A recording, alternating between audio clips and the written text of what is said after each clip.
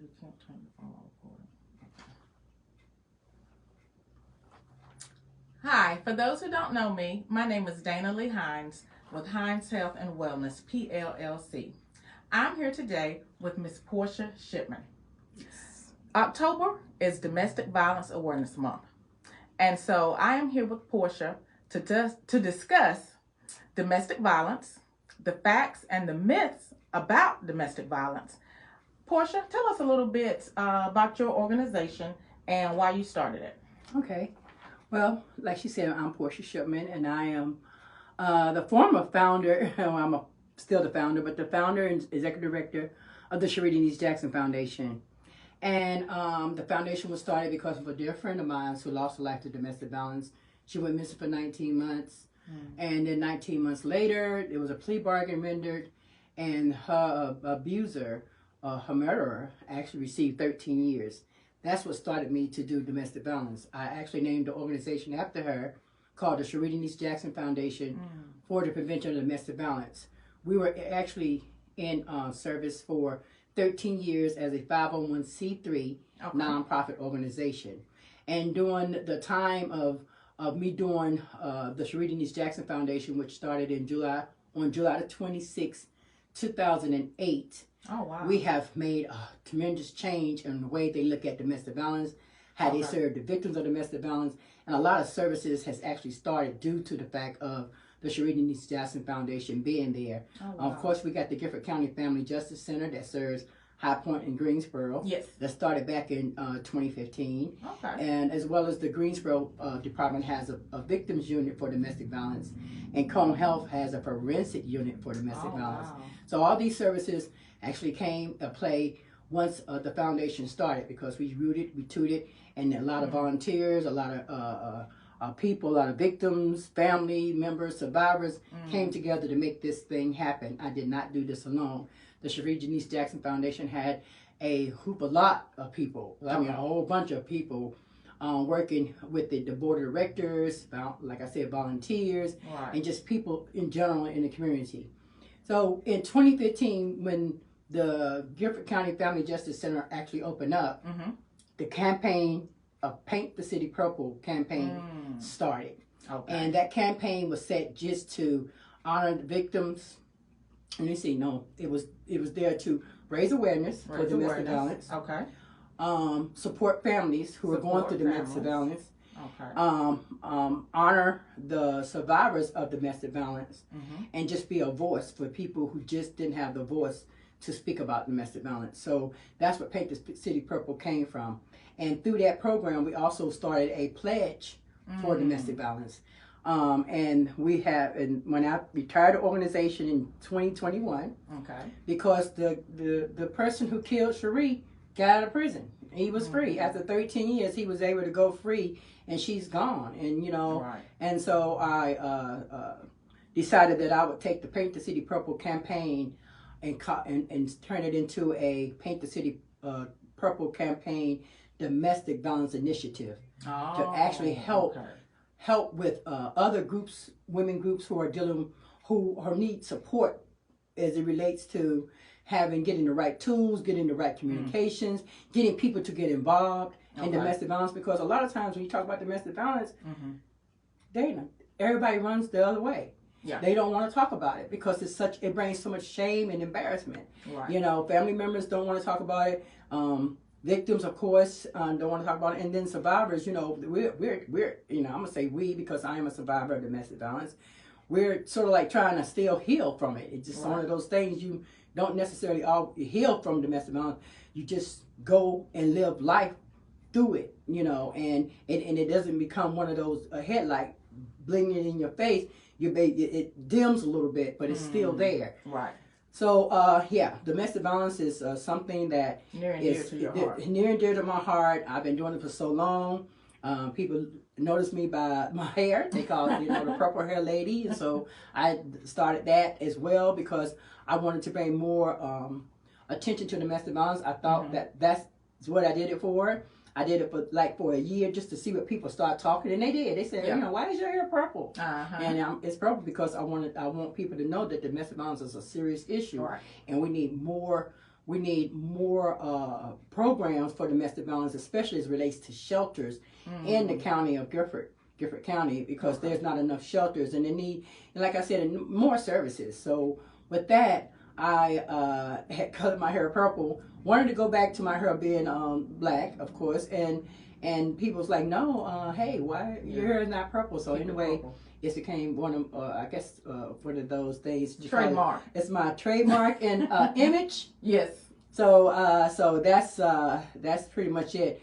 But I'm here today to help you with domestic violence myth and facts, because a lot of people don't know the myth of domestic violence and what domestic violence really is. So exactly. through this, you're going to learn, I guess, what domestic violence is about, because we know it's a controlling piece. It's not something that just happens one time.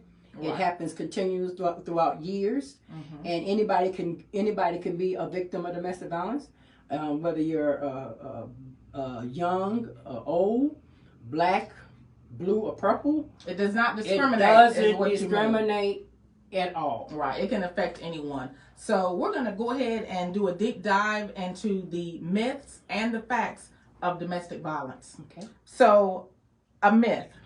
Domestic violence only happens to women. That is a myth, correct?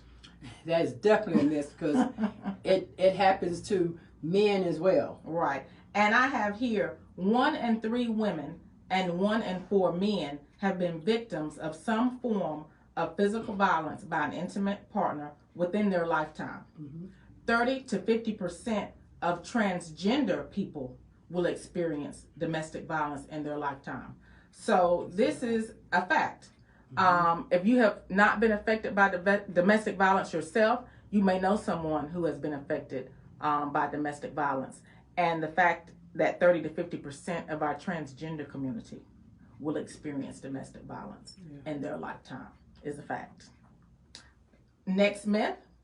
Drugs and alcohol, stress, and mental illness are the causes of domestic violence.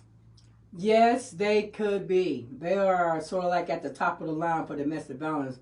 But a person can be sort of like a narcissistic type of person who just doesn't have, person who's actually seen people in their families do domestic violence to someone, and they could be doing the same thing. Okay. So, mental health and drugs and alcohol can play a part. They can play a big part in it, but you don't have to be on drugs or even have mental illness to be an abuser of domestic violence. Okay. So no, that's a strong myth. Yes. And it does say here, while drugs, alcohol, stress, and mental illness can be factors in an abuser's life and can certainly make the abusive situation more complicated, these things do not cause domestic violence. So thank you for clearing that up for us. You're welcome. Myth. Abusers are just out of control and need anger management. Well, I can say they're out of control and they do need anger management. But some of them are not out of control. Some of them are just damn right mean and hateful. And like I said, narcissistic behavior is a behavior that actually formulates in a person who commits domestic violence. So, they can be out of control, sure enough. But no, that's also a myth. Correct. Abusers used to be considered domestic violence. What do you say? Yeah, definitely a myth, because back in the day, they considered only if you're being hit or physically assaulted in some type of way, or even sexually assaulted. That's the only way that you could say you've been in a domestic situation or abused. But no, we got intimidation. Okay. We got isolation. We got mental abuse. We got I guess verbal abuse. So all those things contribute to domestic violence.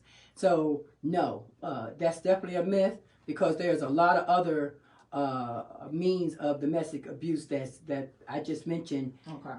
That actually cause that situation as well. So right, and it does say here, While physical abuse can be one way of maintaining power and control, it does not occur in every abusive relationship and is usually not the only form of abuse if it is occurring. Emotional abuse, financial abuse, Oh my gosh. Yes. taking the person's checkbook, sexual abuse, you talked about that, isolation as well, threats, and intimidation are all forms of domestic violence. Exactly. So if you think that a person has to be physically assaulted to be a victim of domestic violence, we know now that that is not true. That is a myth. Definitely. If a victim doesn't leave, it must not be that bad, or they are okay with how they're being treated. That is definitely a myth. If they refuse to leave, it's because they don't have nowhere else to go. A lot of times there's a situation of financial and home and, structure and all that and children that causes a victim to actually stay in an abusive relationship. So definitely that's a myth. And do anybody ever deserve somebody to abuse them? No. I actually used to think that. I used to think that when I used to hear women scream and then they go back to their boyfriends and stuff like that, or their husbands, that they wanted it. That's what they like. You got to be physical with them. That's what they like. But no. That's why it's called domestic violence, because a woman can go back 7 to 9 times into that relationship before actually leaving permanently. Wow. So, and a lot of times a person says, the abusers will say, if you leave me, I'm going to kill you. I'm going to kill you. So they're really scared because nobody wants to die trying to get out of the domestic situation. But most of the times when women or men, but mostly women, leave that relationship, they're running for their lives. They're running in the middle of the night. They're running with just the clothes on their backs. They're grabbing their children, running. They're running just for safety. And I say this too.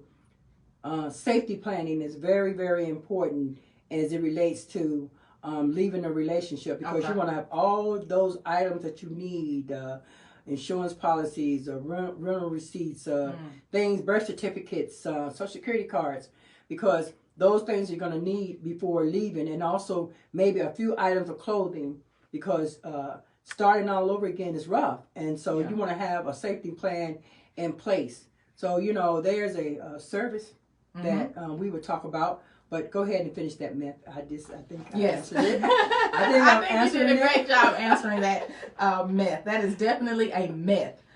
Leaving an abusive relationship is extremely difficult. On average, a victim will try to leave an abusive relationship at least 8 times, which is what you just said, 7, 8, before leaving successfully. Some of the things abusers do to make leaving hard can include creating financial dependence, yes, there you go, using children as a coercion tool, making threats of violence or legal retaliation, or using the court system to keep control of a victim after they leave. One of the things that I saw, it was a movie, and I'm sure many of you have seen this movie.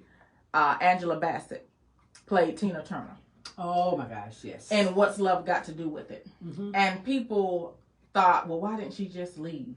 Why didn't she just leave? And nobody even knew that she was going through this, except the inner circle. But her fans and other people did not know. And so he would take the children, and use them. He got her mother involved, I remember. They begged to say where she was at after she had left. And then he used financial control. She had no bank account. She had no credit cards.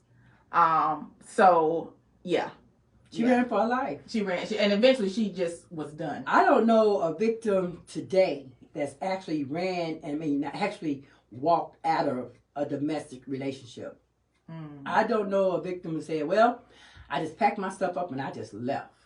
No, that just took a little bit more.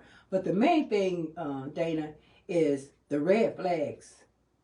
Those red flags are there to help make that decision come rapidly, like now, instead of just later. And what are some of the red flags that a woman, if she's dating a man, what are some of the red flags that are most common? Well, when he first is loving the lipstick that you're wearing and loving how you're looking and loving what you're putting on. Then all of a sudden he starts changing and saying, I don't like the lipstick that you're wearing anymore. I don't like you wearing that outfit anymore. I don't like the way your hair looks. And who are you trying to entice? Or I mean, now that I have you, you don't have to do all those things. And then a man who sets you up that and says that your friends are no longer your friends. And you know they want me, you know they your friends, you know, you don't know your friends be looking at me and they want me, you know, and I'm the only one that cares about you when it relates to family members. Like they'll turn them against their family, isolation, like you said. So they'll do a whole bunch of stuff that normally makes you happy and take that away. I don't want you to work anymore because I want to be the breadwinner. I want to take care of you. And then you have the ones that's laying around saying you work. Bring your paycheck home to me and forth because I can better serve this. I can better manage the money and take care of you than you could take care of yourself. A lot of times we go through that because of low self-esteem. Because women, we don't value ourselves. And that also comes from households that we were raised in. You know, we seen mom go through it. We feel like that's just something that we sort of like have to take. You know, bless my heart, my mom's heart. She's not here with us today, but she told me that, you know, sometimes you're just going to have to take it. You know, sometimes you're just going to have to just deal with it. And I was like, it's no way, Ma. It's no way. Yeah, yes, Portia, there's a way. You're going to have to take it, you know. Right. So, you know. And I think that in that time and era, that was what women were taught to do. You were taught not to talk about it. You were taught that's just the way it is. But today, women have choices. We have resources. We have choices. We're working. There are a lot of different avenues. We do not have to take it. We do not have to put up with it. And so I just want to thank you, Portia, for coming on today to dispel some of these myths about domestic violence. Again, it is Domestic Violence Awareness Month. If you or someone you know is being affected by domestic violence, please reach out to the hotline, 1-800-799-SAFE. SAFE. 1-800-799-SAFE. And if you're in Gifford County and you're looking for help, reach out to the Gifford County Family Justice Center. They are a one-stop shop for domestic violence. You no longer have to go in front of a judge to plead your case. You can actually do all that stuff in-house with the Family Justice Center. I'm excited to have the Family Justice Center, and there's one in your area. If you need to get a list of places in your area, go to the North Carolina Coalition Against Domestic Violence, which is nccadv.org, nccadv.org, and they have a list of agencies around the state of North Carolina that can help you get out or get help for your abuse. And counseling, let's just say this. You can't get out of a relationship without counseling, without therapy. A lot of women think that they can deal with it, but somewhere down the line, you can either meet another person who's going to abuse you, or you're going to find yourself in deep depression, not be able to handle life.